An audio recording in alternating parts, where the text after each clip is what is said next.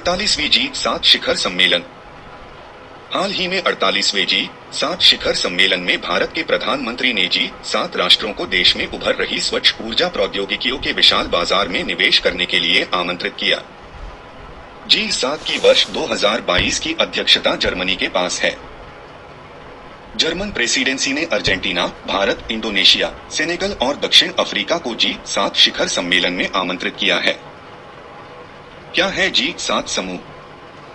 यह एक अंतर सरकारी संगठन है जिसका गठन वर्ष 1975 में किया गया था। वैश्विक आर्थिक शासन, अंतर्राष्ट्रीय सुरक्षा और ऊर्जा नीति जैसे सामान्य हित के मुद्दों पर चर्चा करने के लिए ब्लॉक की वार्षिक बैठक होती है। जी7 देश UK, Canada, France, Germany, Italy, Japan और अमेरिका हैं। सभी जी7 देश और भारत जी20 का हिस्सा हैं। जी7 का कोई औपचारिक चार्टर या सचिवालय नहीं है। प्रेसिडेंसी, जो हर साल सदस्य देशों के बीच आवंटित होती है, एजेंडा तय करने हेतु प्रभारी होती है। शिखर सम्मेलन से पहले शेर्पा, मंत्री और दूत नीतिगत पहल करते हैं। समिट वेबसाइट के अनुसार वर्ष 2022 तक जी7 देश वैश्विक आबादी का 10%, वैश्विक सकल घरेलू उत्पाद का 31% और वैश्विक कार्बन डाइऑक्साइड उत्सर्जन में 21% योगदान देते हैं। चीन एवं भारत दुनिया के सबसे बड़े सकल घरेलू उत्पाद के आंकड़ों के साथ दो सबसे अधिक आबादी वाले देश इस समूह का हिस्सा नहीं हैं।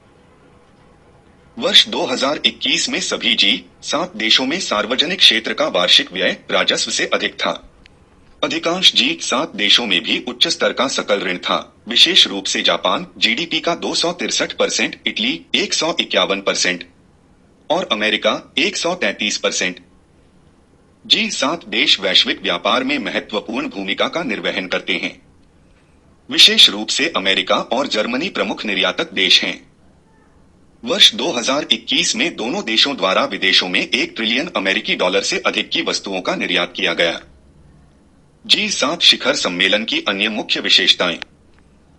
पीजीआईआई विकासशील और मध्यम आय वाले देशों को गेम चेंजिंग और पारदर्शी बुनियादी ढांचा परियोजनाओं को वितरित करने हेतु जी7 ने partnership for global infrastructure and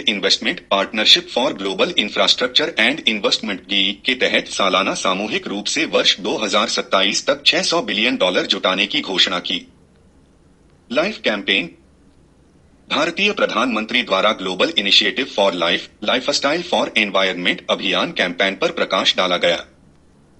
इस अभियान का लक्ष्य पर्यावरण अनुकूल जीवन शैली को प्रोत्साहित करना है।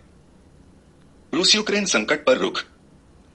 रूस यूक्रेन संकट के चलते ऊर्जा की कीमतें रिकॉर्ड स्तर तक बढ़ गई हैं। भारतीय प्रधानमंत्री ने अमीर और गरीब देशों की आबादी के बीच समान ऊर्जा वितरण की आवश्यकता को संबोधित किया। रूस यूक्रेन युद्ध पर प्रधानमंत्री ने अपना रुख दोहराया कि शत्रुता का तत्काल अंत होना चाहिए और बातचीत एवं कूटनीति का रास्ता चुनकर एक संकल्प पर पहुंचा जाना चाहिए। स्वच्छ ऊर्जा प्रौद्योगिकी। यह किसी भी प्रक्रिया, उत्पाद या सेवा को संदर्भित करता है जो महत्वपूर्ण ऊर्जा दक्षता सुधार, संसाधनों के सतत उपयोग या पर्यावरण संरक्षण गतिविधियों के माध्यम से नकारात्मक पर्यावरणीय प्रभावों को कम करता है। स्वच्छ ऊर्जा प्रौद्योगिकियां ऊर्जा मांग की आपूर्ति को बढ़ाकर और पर्यावरणीय चुनौतियों एवं ऊर्जा के अन्य पारंपरिक स्रोतों के उपयोग के चलते उनके प्रभावों से निपटने के साथ आर्थिक विकास को भी सहन करती हैं। स्वच्छ ऊर्जा प्रौद्योगिकियां ऊर्जा की मांग की आपूर्ति को बढ़ाकर और ऊर्जा के अन्य पारंपरिक स्रोतों के उपयोग के कारण पर्यावरणीय चुनौतियों एवं उनके प्रभावों से निपटने के साथ आर्थिक विकास को भी सहन करती हैं। स्वच्छ प्रौद्योगिकी में पुनर्चक्रण, नवीकरणीय ऊर्जा, पवन ऊर्जा, सौर ऊर्जा, बायोमास, जल विद्युत, भूतापीय, जैव ईंधन आदि, सूचना प्रौद्योगिकी, हरित परिवहन, इलेक्ट्रिक मोटर्स, हरित रसायन, विद्युत, ग्रे वाटर आदि से संबंधित प्रौद्योगिकी की एक विस्तृत श्रृंखला शामिल है। भारत में स्वच्छ प्रौद्योगिकी के लिए उभरता बाजार। सरकारी विनियम, अधिक सक्रिय मीडिया और पर्यावरण के प्रति लोगों में जागरूकता के साथ भारत अपनी सभी विकास रणनीतियों में पर्यावरण समर्थक रुख अपनाने की ओर अग्रसर है। नवीन और स्वच्छ प्रौद्योगिकियों को अपनाना। नवीन और स्वच्छ प्रौद्योगिकियों को अपनाने से भारत को सतत विकास पथ में मदद मिलेगी क्योंकि भारतीय अर्थव्यवस्था अभूतपूर्व दर से बढ़ रही है। वैश्विक जलवायु वार्ता। जलवायु परिवर्तन पर मौजूदा वैश्विक वार्ताओं ने भारत जैसी तेजी से विकासशील अर्थव्यवस्थाओं पर हरित प्रौद्योगिकियों को अपनाने का दबाव डाला है। प्रत्यक्ष विदेशी निवेश एफडीआई। भारतीय बाजार विदेशी निवेशकों के लिए मजबूत कारोबारी संभावनाएं पेश करता है।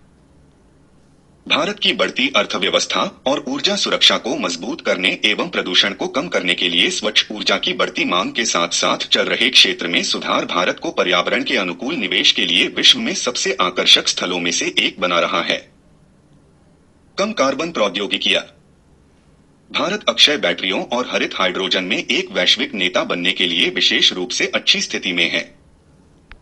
अन्य कम कार्बन प्रौद्योगिकियां वर्ष 2030 तक भारत को $80 अरब तक का बाजार बना सकती हैं।